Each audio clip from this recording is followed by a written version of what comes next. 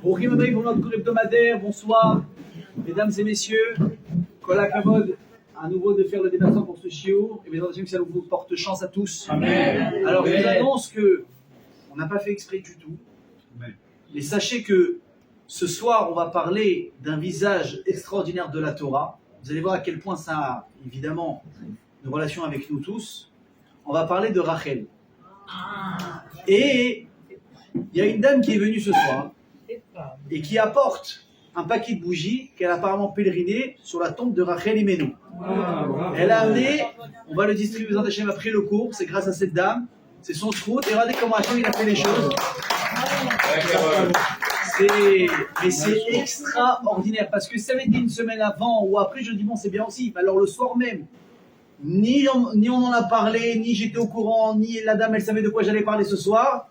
Ajvo, quand il veut que quelque chose arrive, les amis, vous montez, vous descendez, ça va arriver.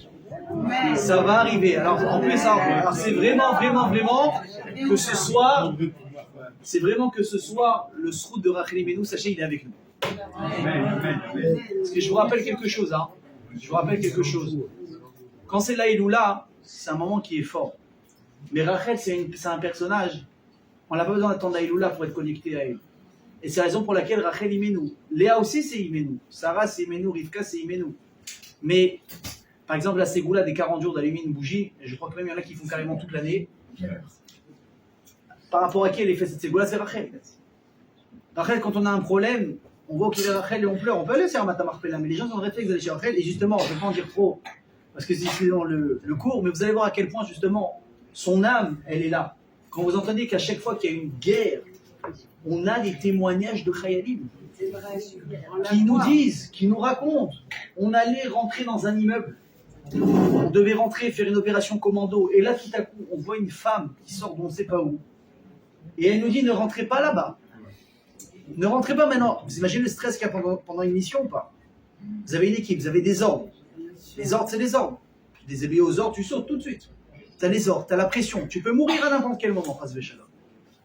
Tu as le Mefaked, il a des Chayalim, il a des soldats sous ses ordres, sous sa responsabilité. C'est calculé, ils ont étudié le plan. Il y a tout qui est fait. On n'a pas de temps, on a 2 minutes pour rentrer, sortir. Et là, vous avez une dame qui apparaît, on ne sait pas où. Je te dis stop, on arrête tout.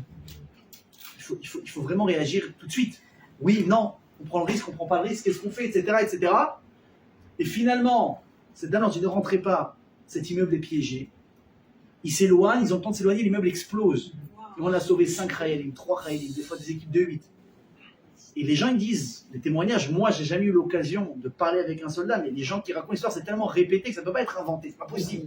Chaque guerre, chaque fois. Et les gens ils disent, on lui demande, mais qui tu es?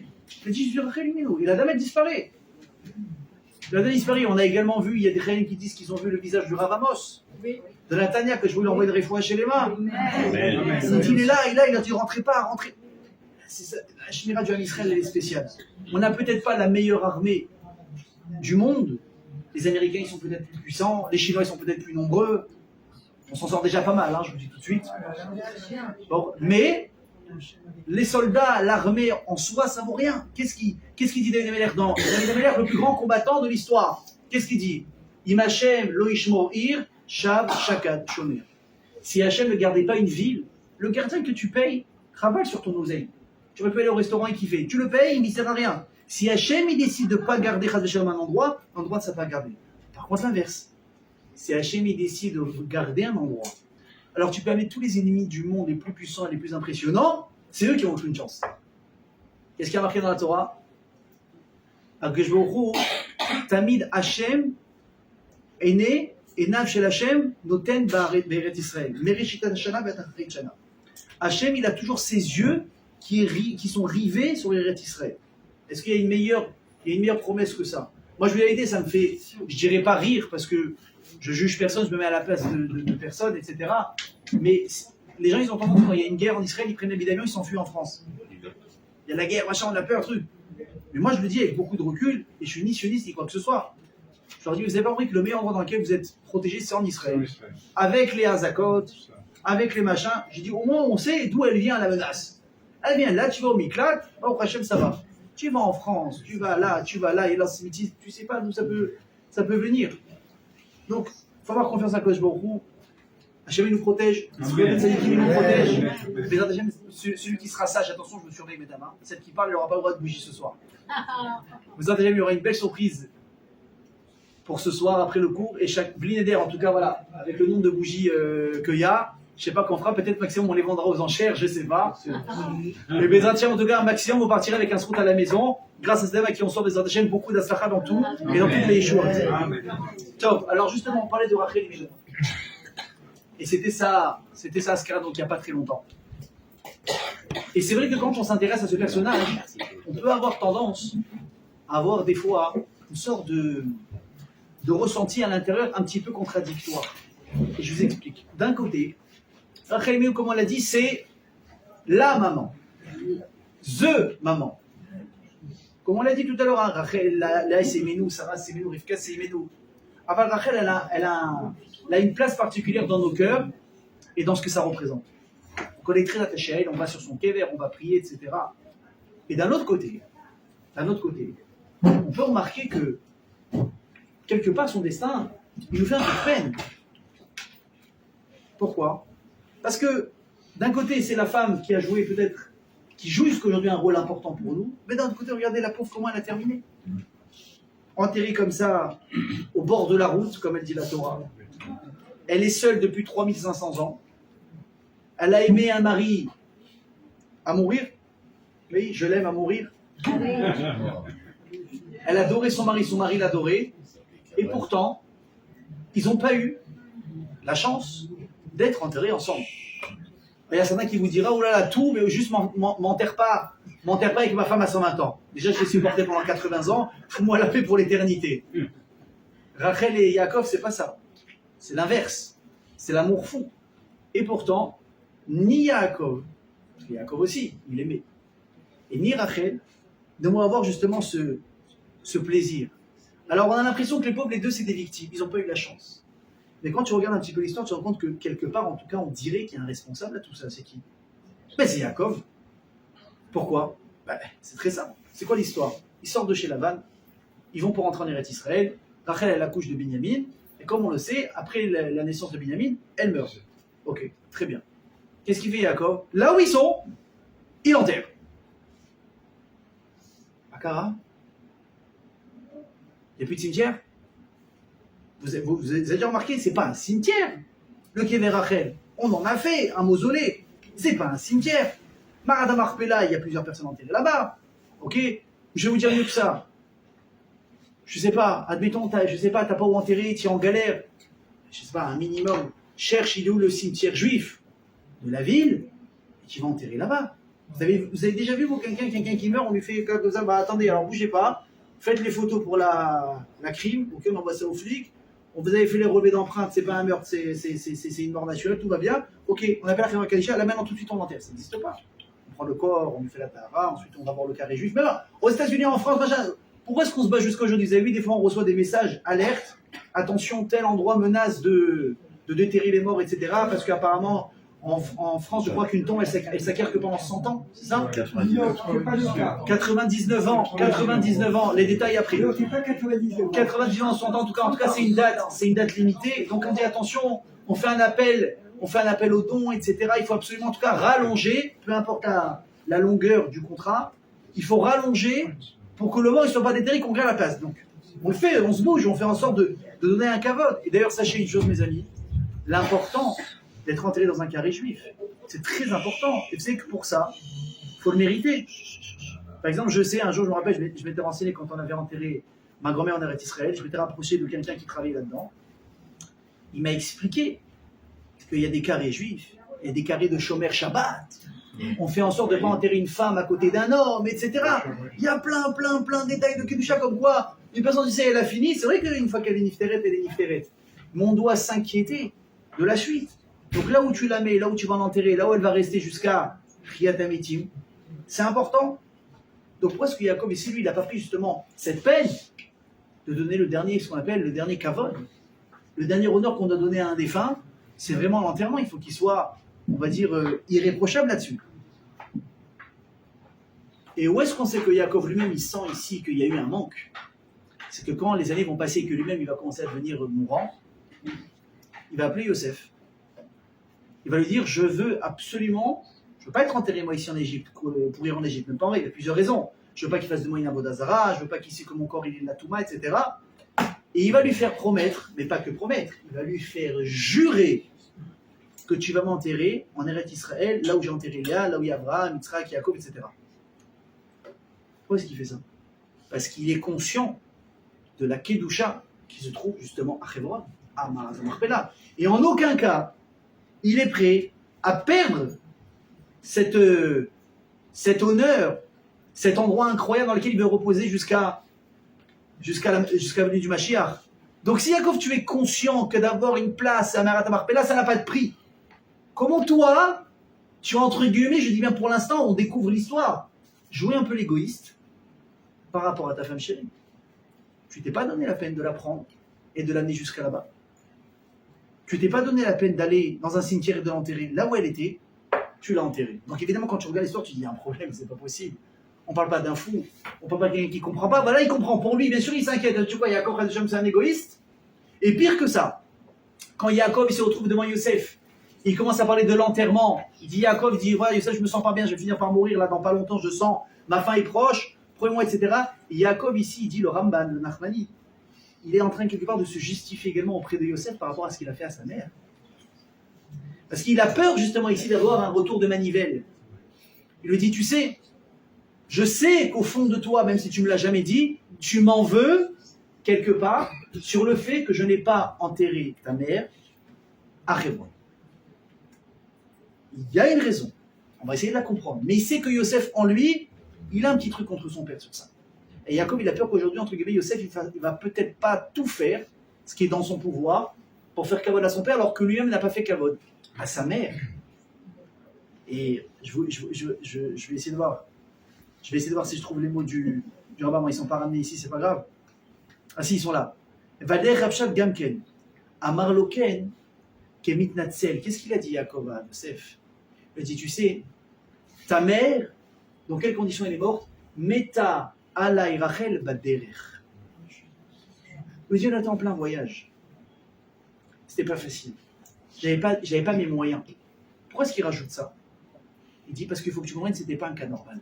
Le Raman dit qu'ici, il est en train de s'excuser à Yosef pour pas qu'il lui en veuille, etc.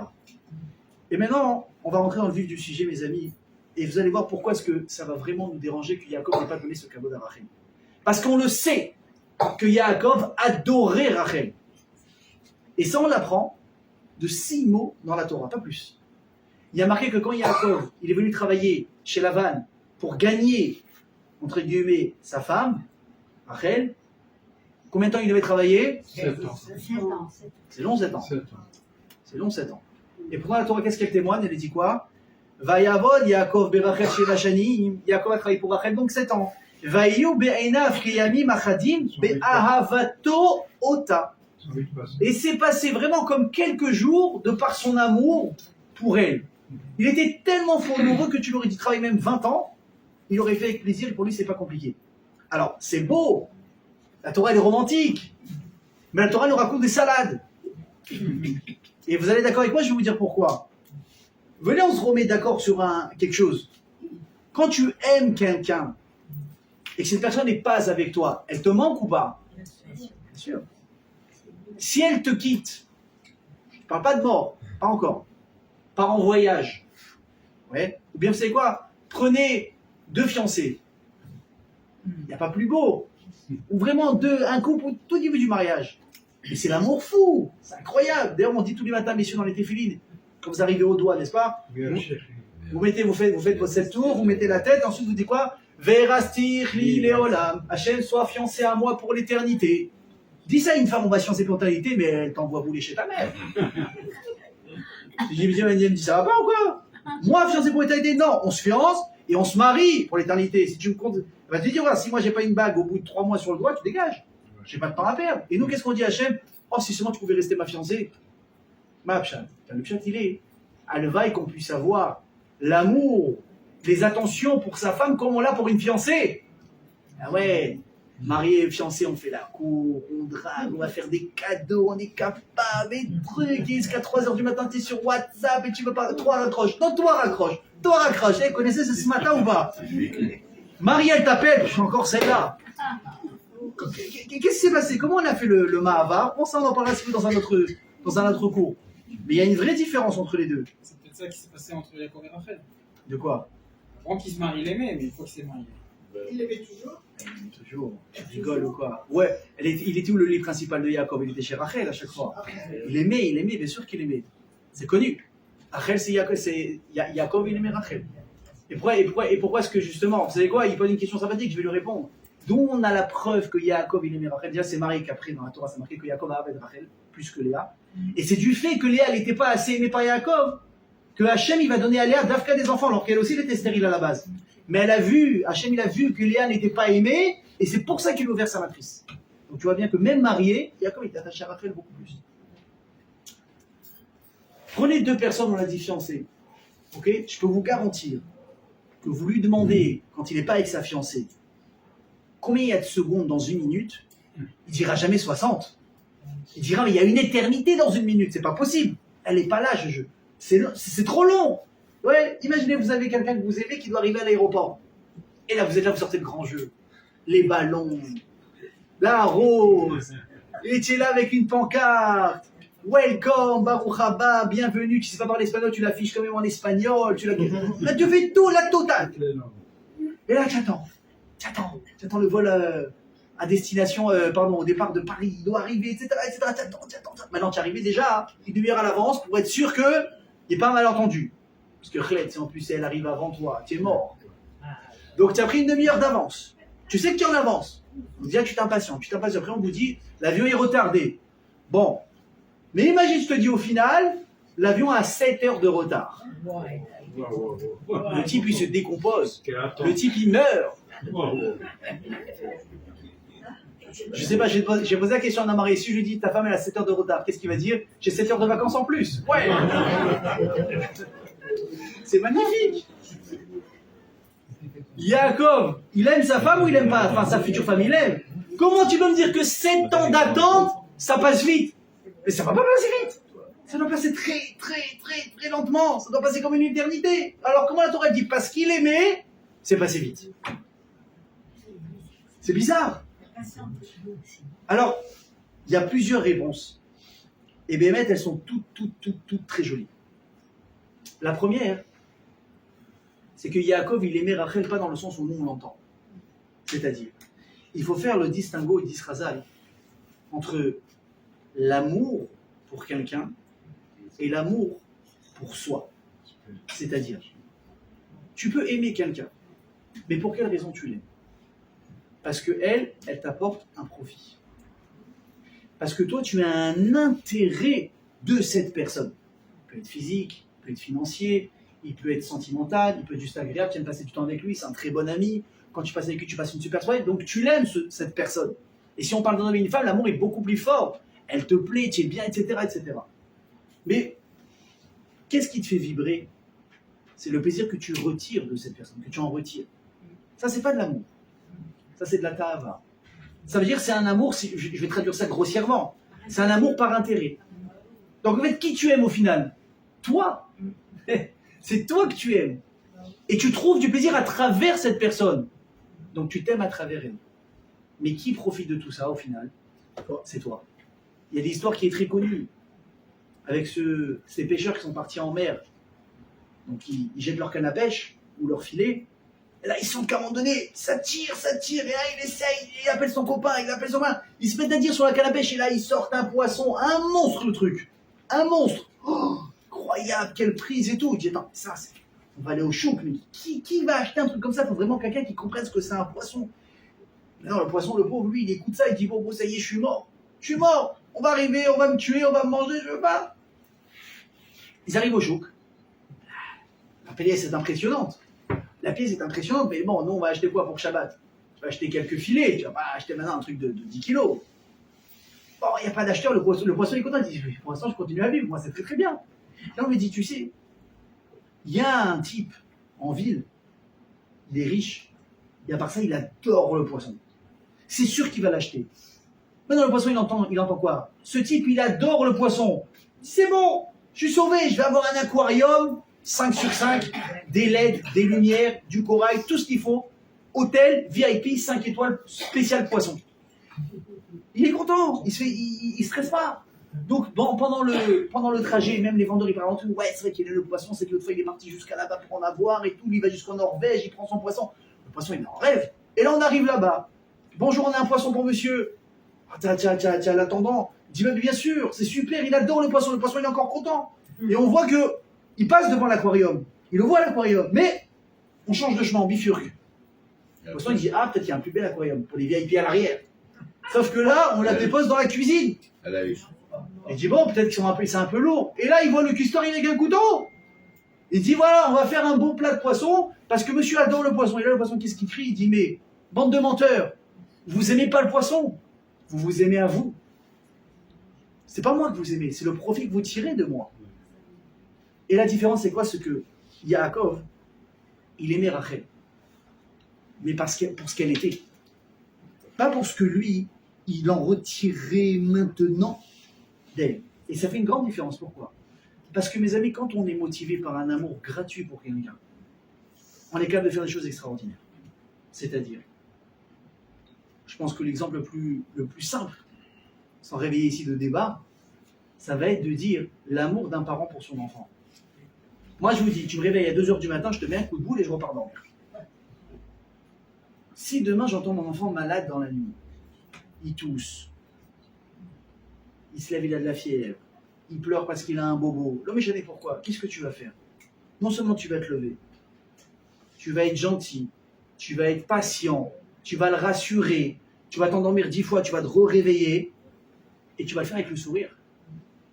Pourquoi? Parce que tu l'aimes ce gosse, parce que tu veux lui donner le meilleur.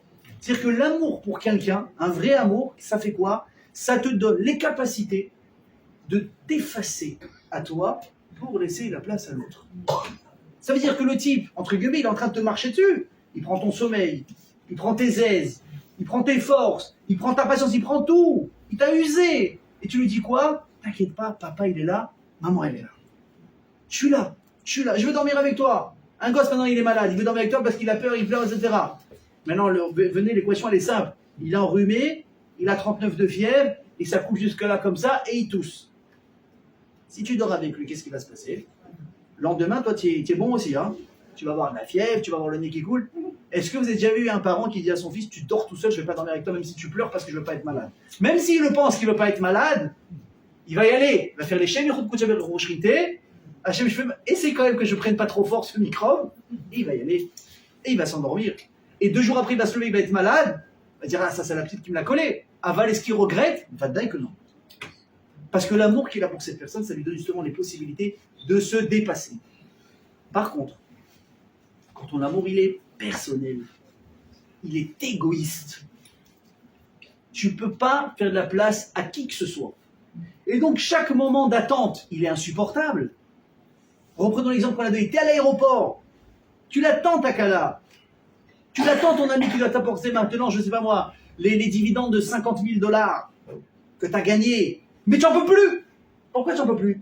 Parce que le plaisir que tu attends, il est pour toi. Donc c'est souvent d'attendre. Mais si on te dit maintenant que chaque moment d'attente qui est en train de passer, ça fait du bien à la personne en face. Si tu aimes la personne et que tu veux son bien, ça ne te dérange pas d'attendre. Je veux dire, comment c'est possible? C'est l'exemple que nous on a. Yaakov Avinu, mes amis, il arrive, il travaille pour Lavan. Pourquoi il travaille pour Lavan? Ça, on fait travailler pour se marier depuis qu'on a l'useur. Abraham, il s'est pas marié il n'a pas travaillé pour se marier, ni Yitzhak. Pourquoi Yaakov, il doit travailler? Parce qu'on rappelle, Yaakov, il est arrivé sans un rond en poche. Il est sorti, son père lui a donné de l'argent, il devait aller chez Lavan, les poches pleines. Mais vous connaissez tous l'histoire que Esav, il a envoyé son fils Eliphaz tuer Yaakov. Il a dit, tu prends, tu lui fais la peau. Et Eliphaz, maintenant, il arrive devant Yaakov, c'est son oncle, il l'aime, il ne sait pas quoi faire. D'un côté, j'ai le chiouf de respecter mon père. D'un autre côté, je ne peux pas tuer quelqu'un. Yaakov, il dit, on fait un pacte. Tu prends mon argent, je suis considéré comme mort. Vous savez qu'il y a plusieurs personnes qui sont considérées comme mortes. Quelqu'un qui n'a pas d'enfant, une personne qui est pauvre et une personne qui est touchée par la lèpre. Ces 3 personnes sont considérées comme mortes. C'est tout. Et il y en a qui disent également l'aveugle. Mais je prends la valeur sûre. Ok? Donc il a dit, regarde, tu ne vas pas mentir à ton père, tu m'as tué. Parce qu'un pauvre, vous savez pourquoi? Personne ne le calcule. personne ne le regarde. Il est moins que rien, il fait de la peine, il fait pitié. Et cette pitié-là qu'une personne ressent, qu'elle est proche du sol, c'est proche de la mort. Qu'est-ce qu'il a à la mort? La mort, on t'enjambe. C'est ça qu'on dit en général, messieurs, dames, juste sachez une chose, quand vous allez dans les cimetières, évitez d'enjamber les tombes. C'est pas qu'à vote pour le mort. Des fois c'est compliqué, non? Des fois les gens ils font pas attention. Des fois, vous savez, les passages ils sont étroits, etc. Et on veut arriver, c'est plus rapide, ça peut être plus rapide, mais c'est pas un cavote. On n'enjambe pas une tombe. On n'enjambe pas une tombe. Ok? Pourquoi? Parce que déjà il est plus bas que terre, tu ne peux pas tomber plus bas. Donc au moins sur un cavote, tu lui donnes. Une personne qui est pauvre, on ne regarde pas. Il n'a plus rien. Yaakov, il est arrivé chez Lavan sans un rond en poche. Maintenant, on parle entre nous. Demain, vous avez des enfants mariés. Ta fille, elle arrive toute contente. Papa, j'ai rencontré quelqu'un. Maman, j'ai rencontré quelqu'un. Première question, c'est quoi? Qu'est-ce qu'il fait dans la vie? Oui ou non? Bon, maintenant, il est khayal. Ok, il est soldat. Il va finir. Il a des plans. Il veut faire des études. Il veut faire quelque chose. Je donne le bénéfice du doute. Papa, il est Bachor Yeshiva. Magnifique. Il est sérieux? Est-ce qu'il est sérieux? Papa, il veut étudier la Torah. Magnifique. Ok. Mais si je t'amène quelqu'un demain, il est ni à la Yeshiva, il s'est fait réformer de l'armée, ben il a fini l'armée, ça fait 4 ans. 4 ans. Tu as le temps de sortir un Torah. C'est ce que c'est un Torah. C'est des études qui font 3 ans. Et qu'est-ce qu'il faut aujourd'hui? Ah, il vend des frites chez McDo. Est-ce que c'est un travail? Oui. Est-ce que le père, ça va l'engager? Ça va le convaincre? Il va dire, ma fille, je sais pas. Vous savez quoi? Viens, on fait le pute. Qu'est-ce qu'il fait? Bah, il a fait plein de petits contrats, mais plein de trucs, mais là il est sans emploi. Sans emploi. Vous connaissez des parents qui vont dire fonce? Alors ils vont rencontrer les garçons. Il est bien, il n'est pas bien, qu'est-ce qui se passe? Pourquoi tu n'as pas de travail? Est-ce que tu es dans une mauvaise passe? Il y a une raison, tu as été licencié. Il y a eu quelque chose, mais je pourrais dire non, pas licencié, très bien. Moi le travail, je sais pas, c'est pas trop mon truc de travailler. C'est le marboule celui-là ou quoi? Il est fou celui-là. C'est quoi c'est pas ton truc? Et tu vas manger comment? Ma fille, tu vas la nourrir comment? Tes enfants, tu vas les nourrir comment? Le loyer va se payer comment? C'est le bon Dieu? Yaakov, il arrive comme ça dans les poches, il dit voilà, je veux me marier avec ta fille. Il dit ok, pas de problème. T'as de l'argent pour nourrir ma fille? Ben non. Bah, il dit ça marche pas comme ça, je suis désolé mon pote. Qu'est-ce qu'il lui dit? Va bosser! 7 ans.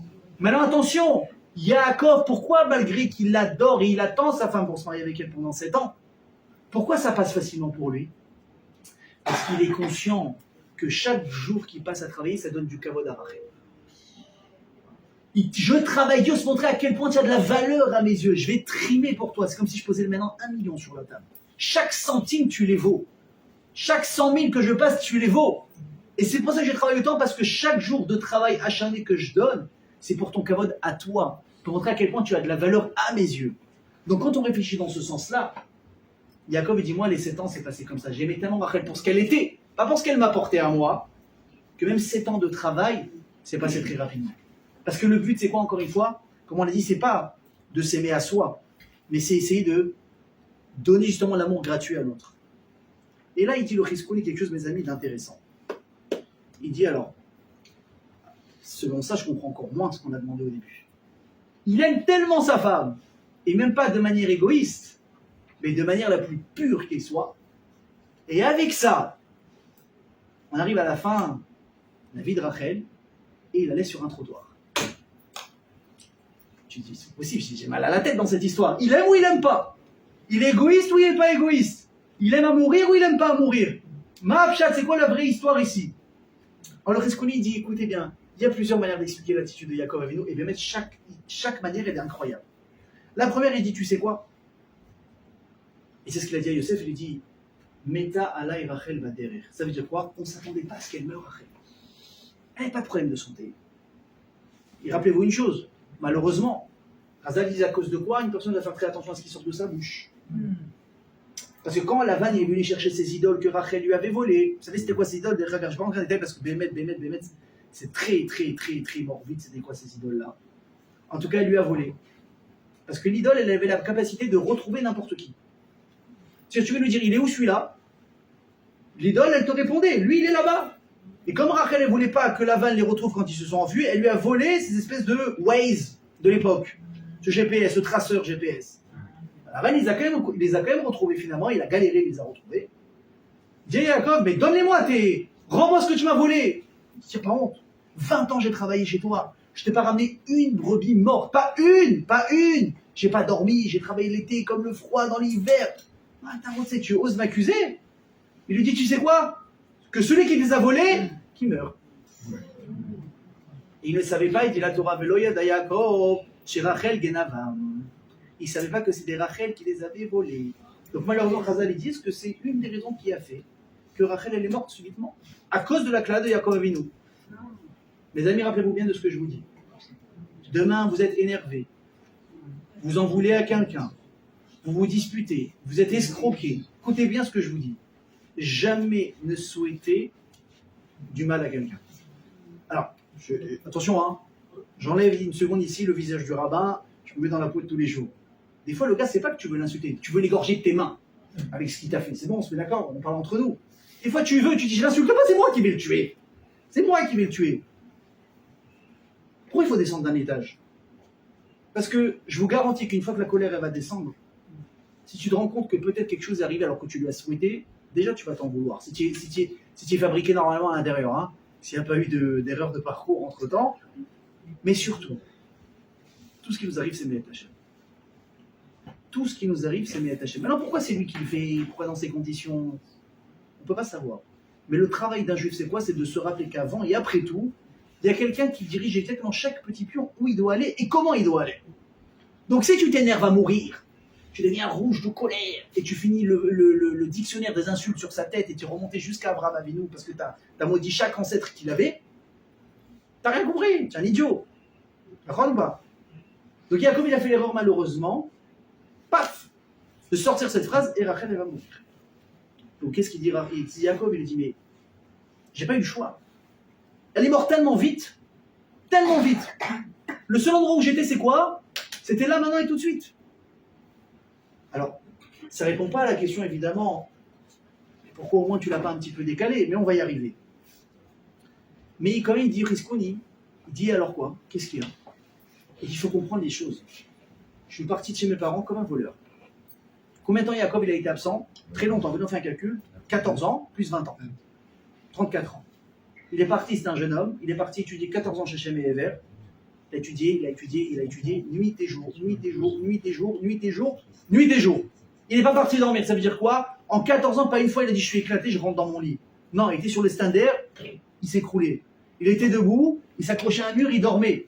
14 ans, il n'est pas rentré dans un lit pour dormir, il n'est pas parti s'allonger, dormir. Vous vous rendez compte ce que ça veut dire? 14 ans que de Torah, en plus de la Torah qu'il avait déjà appris chez son père. Pourquoi? Il a dit mais je sais où je vais moi. Je vais au pays du mal. La vanne, c'est le mal. Si je me blinde pas de Torah, je suis mort. Et grâce à ça, il va tenir ou il va pas tenir? Bien sûr qu'il va tenir. Et combien de temps il reste là-bas encore? 20 ans. Circa Haran, en Eretz Israël, presque on l'a oublié, Yaakov. Ok, il y avait Yitzhak et Rivka, Yaakov c'est un sadique qui est parti. Mais qui est-ce qui a le pouvoir maintenant? C'est Esav. Et qui est-ce qui rôde tout le temps autour de Marat Marpella? C'est Esav. Yaakov, il dit j'arrive après 34, après bref, il y a eu encore 1 an et demi où il s'attardait en chemin, donc plus de 35 ans. Mais est-ce que c'est 35 ans? 35 ans, t'as pas vu, on ne te reconnaît même pas quand tu reviens. 35 ans, il revient, il dit, tu penses que j'avais une chance de rentrer dans Marat Marpella? C'est impossible. Et je ne savais plus qui j'étais, ils ne m'auraient même pas reconnu. J'avais peut-être même pas les preuves tout de suite sur moi pour prouver que Marat Marpella c'est à moi. Je n'ai pas eu d'autre choix que d'enterrer Rachel là où on était. Techniquement, ce n'était pas faisable.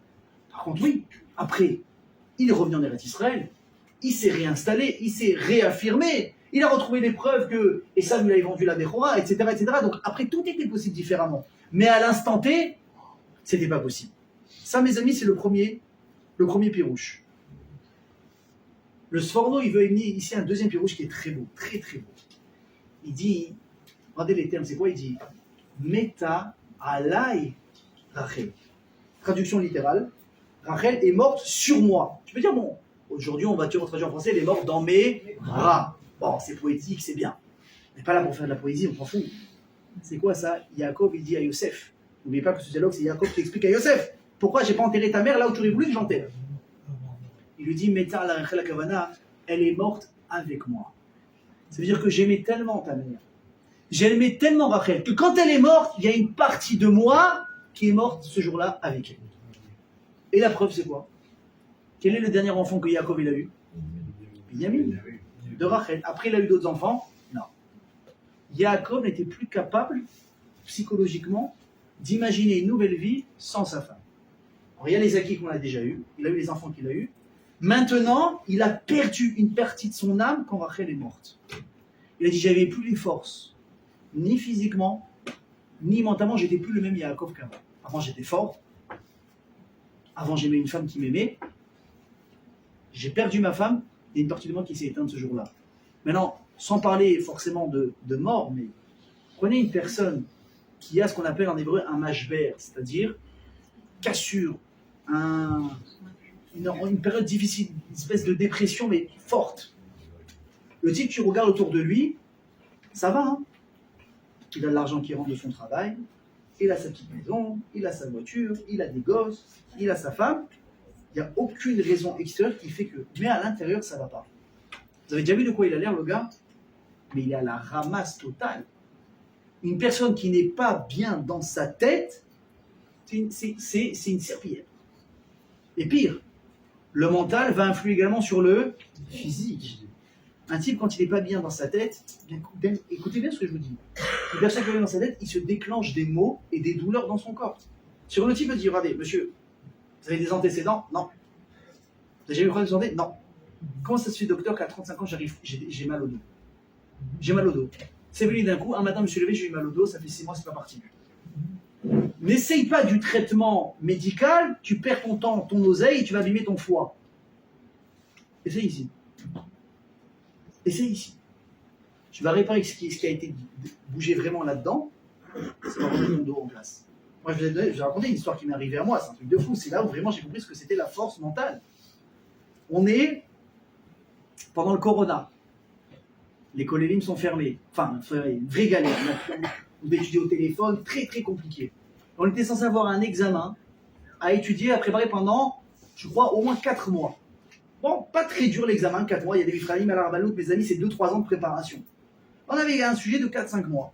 Sauf que quand il y a eu le corona, pas de collègue. Donc, tu ne peux pas te préparer normalement. Vous vous rappelez ce que c'était le corona, n'est-ce pas? Une horreur.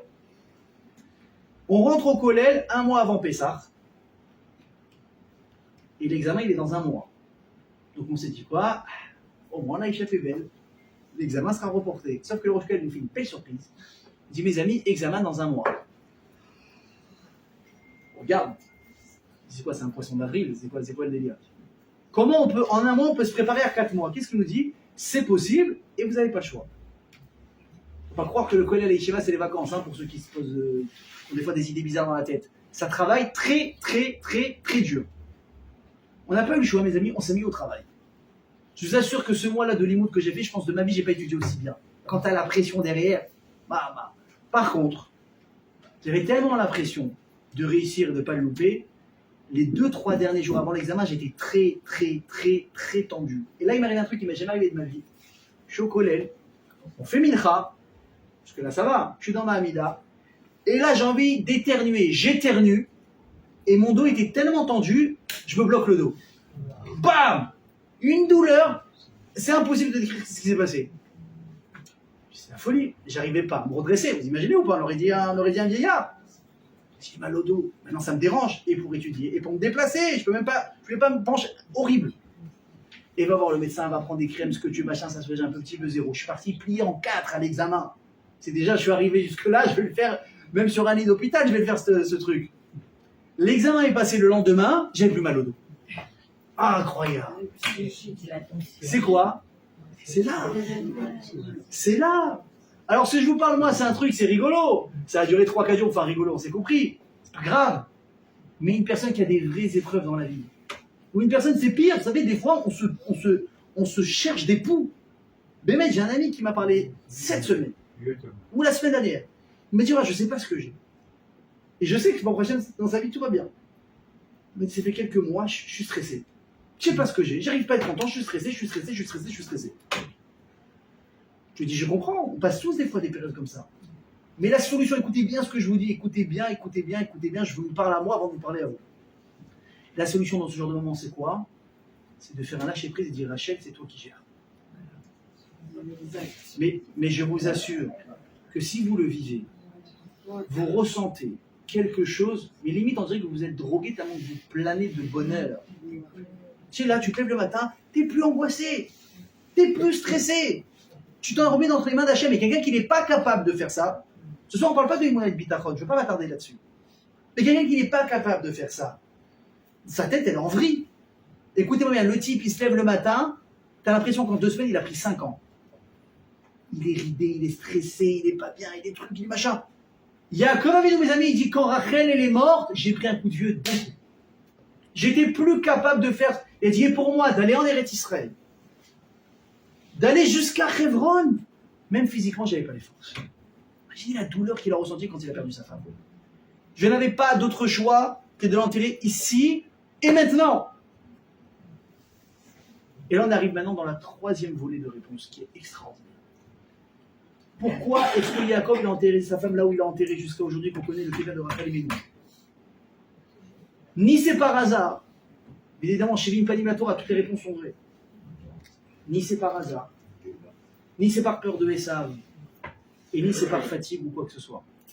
La raison pour laquelle il a enterré Rachel là où elle est, c'est par choix, et un choix bien réfléchi.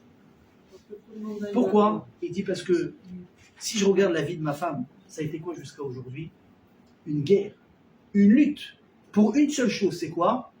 Devenir maman. Rachel, elle était sûre toute sa vie, ma vie, elle est tracée. Moi, je suis la petite. Léa, c'est la grande pour le grand, et la petite pour le petit. C'est-à-dire que moi, je voulais me marier avec Yaakov et Léa avec Esav. La pauvre, elle n'a pas de chance, mais ça ne me concernait pas. Sauf que là, on arrive, elle se fait doubler, etc. Nanana, et enfin, quand on arrive le jour J, elle comprend qu'elle n'aura jamais d'enfant. Sa vie, c'est quoi? Sa vie de jeune fille, elle s'est très bien passée, et Léa, elle pleurait, et là, on inverse. Léa, elle enchaîne les enfants, et là, Rachel se met à pleurer. Elle pleure, elle pleure, elle pleure. Mais de quoi elle pleure? Elle dit à Yaakov Avinu, Havali banim, donne-moi des enfants. Veim aïn, et sinon, alors quoi, sinon quoi? Meta anochi. Je suis morte. Mais il faut comprendre, la Torah, quand elle cite des mots, c'est pas comme nous, je vais mourir. C'est pas des acteurs, eux. Chaque mot, il a une signification. Si j'ai pas d'enfant, je meurs. Et c'est de là qu'on apprend qu'une personne qui n'a pas d'enfant est considérée comme morte. C'est de Rachel qu'on a appris ce yesod, cette notion-là. Sa vie, c'est quoi? Je veux des enfants. Pourquoi? Parce que Rachel comprend quelque chose.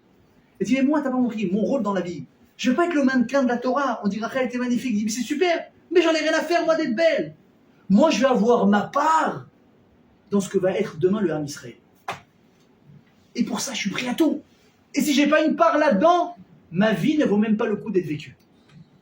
Je veux des enfants.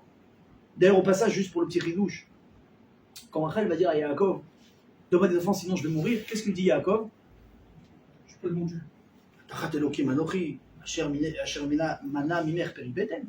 Il dit, est-ce que j'ai la place de Dieu qui t'a refusé des gosses? Grossièrement, ça veut dire, débrouille-toi, je peux rien faire pour toi. Elle est dure la phrase, hein. J'imagine, un couple qui essaie d'avoir des enfants, l'autre elle pleure pendant des années, qu'est-ce qu'il nous dit? Bah écoute, débrouille-toi à la fin. Alors dis-moi, un problème, c'est pas Jean-Pierre là qui parle, avec Corinne, c'est Yaakov qui parle avec Rachel. J'ai rien contre les Jean-Pierre, j'ai rien contre les Corinne, on se met d'accord. Makara. Et Yaakov il a fait un cheshbon. Il a compris que Rachel, auprès de qui elle attendait sa Yeshua? De Yaakov. Havali banim, donne-moi des enfants. Yaakov lui dit, mais tu comprends pas? La Yeshua c'est pas moi. Atachat Elohim. Est-ce que je suis à la place de Dieu? Ça veut dire quoi? Les prières, vers qui tu dois les orienter? Évidemment que Rachel elle priait à Hachem, mais elle mettait également beaucoup d'espoir envers son mari. On marie les tzaddik, on marie va prier. Eh bien, vous avez des épreuves, vous avez des galères. Ne comptez ni sur un ami, ni sur un donateur, et ni sur un avocat. Une seule personne. Hachem. Hazak. Merci. Hachem. Rabotai. Ou Kol Yachol. Il peut tout. En milevado ve'efezulato. Ça veut dire, écoutez bien ce que je vais vous dire, pourquoi c'est important de se remettre dans les mains d'Hachem. Parce que si, évidemment, oui, on sait qu'il fait tout, oui, je sais, mais quand même, moi, qu'est-ce que tu veux, le notaire, moi, ça me rassure, c'est comme ça. Le notaire, ça me rassure. C'est vrai. Aval, c'est quoi? En milevado ve'efezulato. C'est que non seulement Hachem, c'est lui qui peut tout faire, mais efezulato, c'est-à-dire qu'on ne peut rien faire sans lui.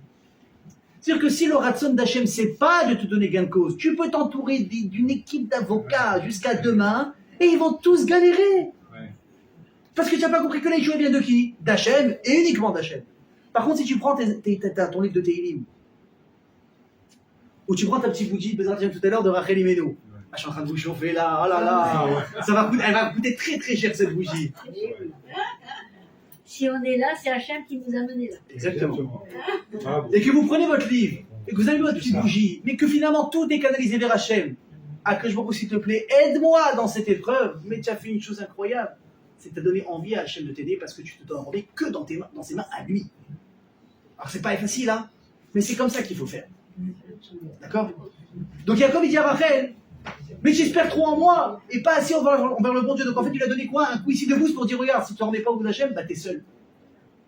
Tu vois qu'est-ce qu'il lui dit? Jacob il dit moi j'ai des enfants. C'est vrai ou pas? Il a déjà des enfants. Donc le problème ici, Hachem il met qui en épreuve? Toi ou moi? Toi. Donc toi tu dois te rapprocher d'Hachem.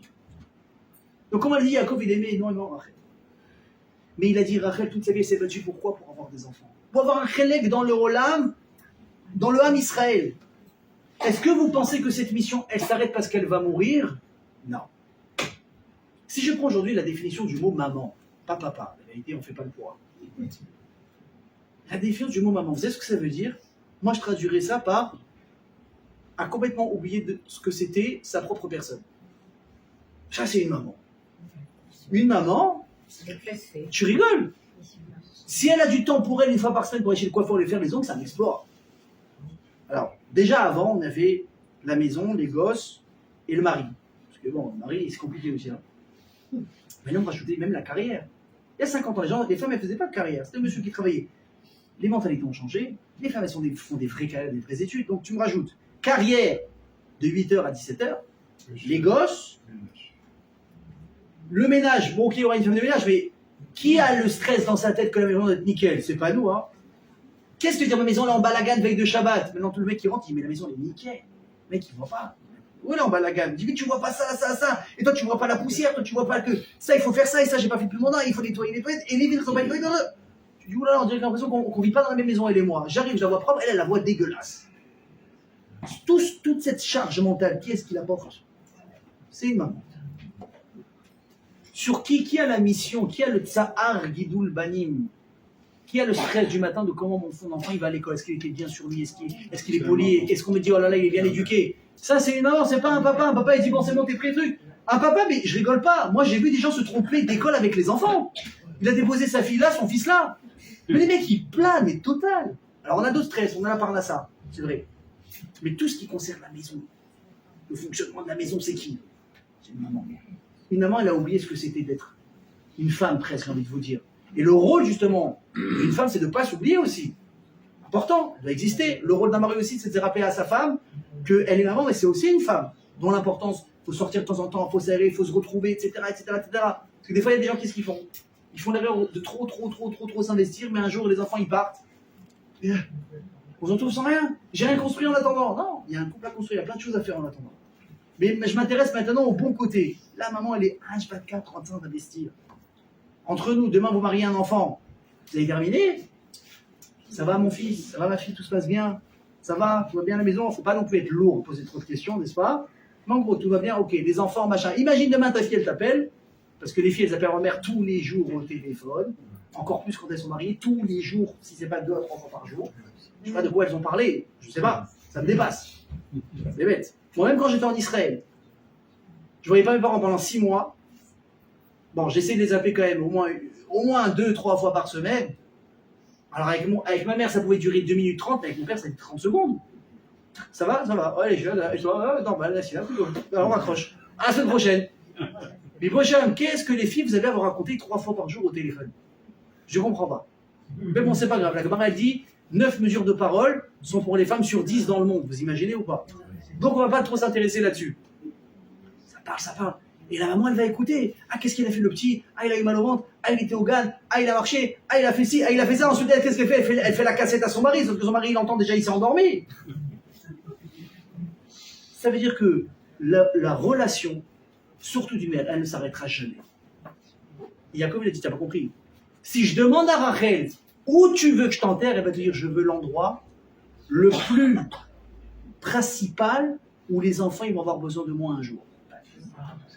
Et on sait que quand il y a eu le Khurban Bet Mikdasheni, quand il y a eu la destruction du deuxième temple, et qu'il y a eu la galoute qui a été maintenant décrétée sur l'âme Israël, et malheureusement il n'y a aucune promesse, aucune certitude que quoi, il y aura une Géoula. Et on est dans ce galoute jusqu'à aujourd'hui. Abraham est venu implorer Hachem, Yitzhak est venu implorer Hachem, Yaakov, la Gemara a dit que Hachem il a calculé personne. Jusqu'à qu'est venue Rachel, elle a dit quoi? Hachem, à moi tu vas me donner une réponse maintenant. Elle dit, ouais, pourquoi? Elle dit, pourquoi? Pourquoi tu as du mal de les pardonner? Parce qu'ils ont fauté? Tu as du mal à leur pardonner? Tu as du mal à passer à autre chose? D'accord. Moi, tu as vu ce que j'ai fait pour ma sœur? Je lui ai offert ma vie. Ma vie entière, je lui ai offert. Comment? Je lui ai laissé mon mari. C'est pas que j'ai rien dit, c'est que je l'ai aidé à ne pas se taper la honte de sa vie. Je l'ai aidé dans ce stratagème. Moi, j'ai été mévatéré toute ma vie. D'ailleurs, c'est pour ça, mes amis, qu'on dit que le srout de Rachel Evnou, il est plus grand que Yitzhak, que la Kedat Yitzhak. Pourquoi? Écoutez bien le grand Yesod. Mourir al Kiddush Hashem, c'est magnifique. Kol hakavod. Mais ça dure combien de temps? 8 minutes. Max. Vivre al Kiddush Hashem, c'est le défi d'une vie. Vous avez compris? Mourir al Kiddush Hashem, c'est bien, mais c'est rapide. Vivre al Kiddush Hashem, c'est travailler toute sa vie pour être un exemple pour Hashem, c'est beaucoup plus difficile. C'est ça que tous les idiots là, ils vont mourir en martyr. T'as rien compris, espèce de brêle. Ça c'est la facilité, ça. Et tu te fais sauter pourquoi? Parce que tu penses que t'as 70 hôtesses de l'air qui vont t'attendre là-haut. Mais sinon, on croit qu'ils vont se faire sauter, mais rien du tout. Puis ils vont rester ici, mais ils sont sûrs, on a tellement promis des choses. Mais nous, on ne dit pas, non, Hachem dit non, moi, là-haut, c'est moi qui t'appelle. Tu ne remontes pas tout seul. Tu es là, ici, tu dois rester là-haut. Tu dois rester en bas. Parce que vivre avec une chaîne, c'est ça la vraie mission. Rien n'est dit à que je m'en roule, à quel sera quand tu n'as pas répondu, tu vas dire, bon, il était prêt à mourir, ça dure 5 secondes, on fait une shrita, on a terminé. Ma vie entière, j'ai été prête à voir ma sœur me doubler devant l'homme qui m'était promis depuis que je suis né. Or, si moi, j'étais capable d'être Mochel, toi, tu vas être capable d'être Mochel aussi. Et Hachem, il n'avait pas eu le choix. Qu'est-ce qu'il a dit? Mini colère, libéri, venaïch, midima. Arrête, tu as raison. Sèche tes larmes. Arrête de pleurer. Yesh sachar lifulater, veshamou meret soyev. Je promis que quoi? Il y aura une Géoula. Il y a fait. Et les Israéliens, quand ils vont partir d'Eretz Israël en galoute, par où ils vont passer? Par Bethléem. Ben, vous croyez qu'en chemin, on attend de dire à l'autre oppresseur, viens, on fait une pause, on rentre dans la ville, on va chercher le cimetière, le carré juif, on a Rachel et Menou là-bas, on va prier et on revient. Mais c'est marche ou crève. Donc l'endroit stratégique, c'est où pour enterrer Rachel? Sur le chemin. Davkala. C'est pas par erreur, c'est pas par fatigue, non, c'est réfléchi. Parce que le rôle de Rachel, mes amis, c'est de nous protéger jusqu'à aujourd'hui. Et ça, mes amis, c'est la force. Écoutez bien ce que je vous dis. Une femme dans l'âme Israël. Et vous savez pourquoi je vais aller encore plus loin? Et là, on va mettre tout le monde d'accord. Parce que je vois qu'il y a des gens qui commencent un petit peu à hésiter chez les hommes. Parce qu'une femme, c'est vraiment la place principale dans l'âme Israël. Mais là, on se met d'accord tout de suite. Demain, j'ai monsieur Cohen qui se marie avec madame Bitton. Ok, au hasard. Avec mademoiselle Bitton. Les enfants, ils vont s'appeler comment? Cohen. On est d'accord? Ouais. On est d'accord. Les enfants, ça devient des Cohenim? Eh oui, parce que le papa est Cohen, super. Demain, j'ai un monsieur Lévi. Les enfants vont être Lévi? Ouais. Rassurez-moi, ils sont Lévi, d'accord. Lévi, super. Pourquoi? Parce que le papa, c'est lui qui donne le titre. C'est lui qui donne l'extérieur. Par contre, qu'est-ce qu'elle fait la maman? Si tu prends mademoiselle Bitton, Mekra de Shalom, tu prends Jean-Pierre Dupont. Le gosse, il est quoi? Il est juif. Dupont. Dupont, mais juif. Dupont, juif. Mekra de Shalom, l'inverse. Un homme juif, monsieur Cohen, fils de Cohen, fils de Cohen, fils de Cohen, qui prend Christine. Françoise, si vous voulez. Apparemment, il y a Christine dans la salle, excusez-moi. Tu prends Françoise Dupont. Mais lui, c'est un monsieur Cohen, attention, hein. Le gosse, il est quoi? Il est rien. C'est pas un juif. Pourquoi? Parce qu'écoutez bien, celle qui transmet les neshamot du Ham Israël, c'est qui? C'est les femmes. C'est pas les hommes. Je suis désolé, mais c'est comme ça. Vous avez compris? Nous, on a le rôle de l'extériorité. Mais qui? Messieurs, vous êtes avec moi? Mais qui? C'est une question rhétorique. Mais qui a le rôle de transmettre la neshama, l'identité juive réelle? C'est les femmes. Et on va terminer avec ça. Vous savez, on a un peu trop tendance à voir à l'extérieur que c'est les papas, on dirait que c'est eux qui s'occupent de l'éducation. Il va à la synagogue, le papa. Il monte à la Torah, le papa. On le voit, on parle. Qu'est-ce qu'on dit à la synagogue? On connaît tous Moshe Cohen. D'accord? Oui, c'est le Cohen, oui, c'est lui. On va connaître M. Abitbol, ouais, c'est ça, c'est ça. Et quand il y a ça, on dit, ah, c'est la femme de M. Abitbol. Évidemment, les femmes, elles sont plus, en tout cas, sont moins présentes. C'est les hommes qui sont mis en avant. Le petit il s'assoit avec qui à côté de son père? À côté de son père à la synagogue. Il fait Imlor, il fait Shema. Ah, c'est bien, ton fils. Écoutez-moi bien. Ça, c'est du spectacle. Qui est-ce qui est là le matin qui va son fils? Allez, chérie, tu dois aller à la synagogue, c'est important. Tu dois aller, papa. Qui est-ce qui a l'identité où le petit, quand il est petit, il est encore trop petit pour aller à la synagogue parce que son père, il va tout seul. Il voit sa mère allumer les nérotes, il voit préparer la table de Shabbat, il voit se couvrir la tête, il voit. Écoutez bien, l'image, l'identité juive, ça passe par la mère. D'ailleurs, on le dit tous, vous le savez. Imaginez, demain, on vous propose, enfin, pour ceux qui ne sont pas encore mariés, on dit voilà, imagine, tiens, un bon sfarad, tu dis moi, je veux qu'une sfarad. D'accord? Tu sais que j'aime bien, mais de loin. Ok? Très bien. Moi, tu dis, écoute, on a une jeune fille à vous proposer, magnifique. Et une fille bien et tout. Elle s'appelle Rosenblum. Ah, le mec, il va commencer à faire le compliqué. Ouais, mais elle est ashkénaze. On dit non, t'inquiète, frérot. Le père, il est ashkénaze, mais la mère, elle est marocaine. Ça veut dire quoi? Le mec, il peut s'appeler Rosenblum sur le papier. La maison, elle est quoi? Elle est marocaine. Toute la maison est marocaine. Limite, il y a des tapis là-bas dans la maison marocaine. La cuisine est marocaine, l'ambiance est marocaine, la mentalité est marocaine. Pourquoi? Parce que c'est quoi, mes amis? Akeret Abaït. C'est le Ika. Et un beau ridouche que j'ai lu, on dit que Rachel Menou, elle était Akara. Ça veut dire quoi, Akara? On a dit stérile, on a parlé la semaine dernière. Mais regardez, tu sais ce que c'est Akara? C'est que c'est Ikaro chez Am Israël. C'est également l'essentiel du Am Israël. C'est qui? C'est Rachel Menou. Parce que la place d'une femme dans l'Am Israël, mes amis, elle est inégalable. Mais quand on est conscient de ça, ça vous dit également le rôle que vous avez, à quel point il est important. L'exemple que vous donnez à vos enfants, pas uniquement aux garçons, surtout aux filles. Le Shabbat, plus tard la pureté familiale, le bon cœur, etc. En général, c'est vrai. Qu'une maman, c'est elle qui façonne la maison. Parce que même un mari, elle a avec son petit caractère, en général, à un moment donné, il finit par filer droit. Hein. Si vous faites bien votre travail, votre mari il va être gentil. Donc, la maison, c'est qui, mes amis? C'est une dame, c'est une femme. Et ça vous rappelle votre rôle et votre responsabilité que vous avez dans une famille. Sur la génération à venir. Sur l'influence que ça va donner. C'est la vérité, hein. Tu vois une jeune fille, en général, à soi, 80%, c'est la copie de sa mère. Normalement, elle ressemble à sa mère. Dans les manières de faire, si elle a vu sa mère se donner la peine pour Shabbat, elle va se donner la peine pour Shabbat. Si elle a vu sa mère arriver chez le traiteur comme une princesse en Cayenne 4x4 et prendre son Shabbat tout près, tu crois qu'elle va faire les boulettes dans la cuisine vendredi? Mais tu rêves. C'est impossible. Si elle a vu sa mère manquer de respect à son père constamment, et des disputes, mais tu penses qu'elle va être capable de respecter son mari? Mais ça va être pareil, tu me dis pas ce que j'ai à faire, etc. Donc mes amis, ce soir, on aura appris deux choses. L'importance d'une femme dans le Ham Israël, l'importance d'une femme dans une maison et l'importance d'une femme dans la vie. On aura appris également qu'on a une sadéquette qui nous protège depuis qu'elle est née, et même après sa mort, même après 3500 ans, c'est Rachel Imenu. Alors mes amis, Mizrat Hashem, on aura besoin d'Yeshuot. Et si ce soir quelqu'un ici a besoin d'Yeshuot, Bissoud Rachel Imenu. Comme on a dit, son route, il est intemporel. Mizrat Hashem, que tous les rois d'accueil trouvent leur mazal. Amen. Et tous ceux qui ont besoin de réfoua Shelema, Amen. Et tous ceux qui ont besoin d'une parnassa extraordinaire. Et que tous ceux, Bezrat Hashem, qui suivent nos cours toutes les semaines, qu'ils aient tout ce qu'ils désirent. Amen, Kenny Ratson. À la semaine prochaine.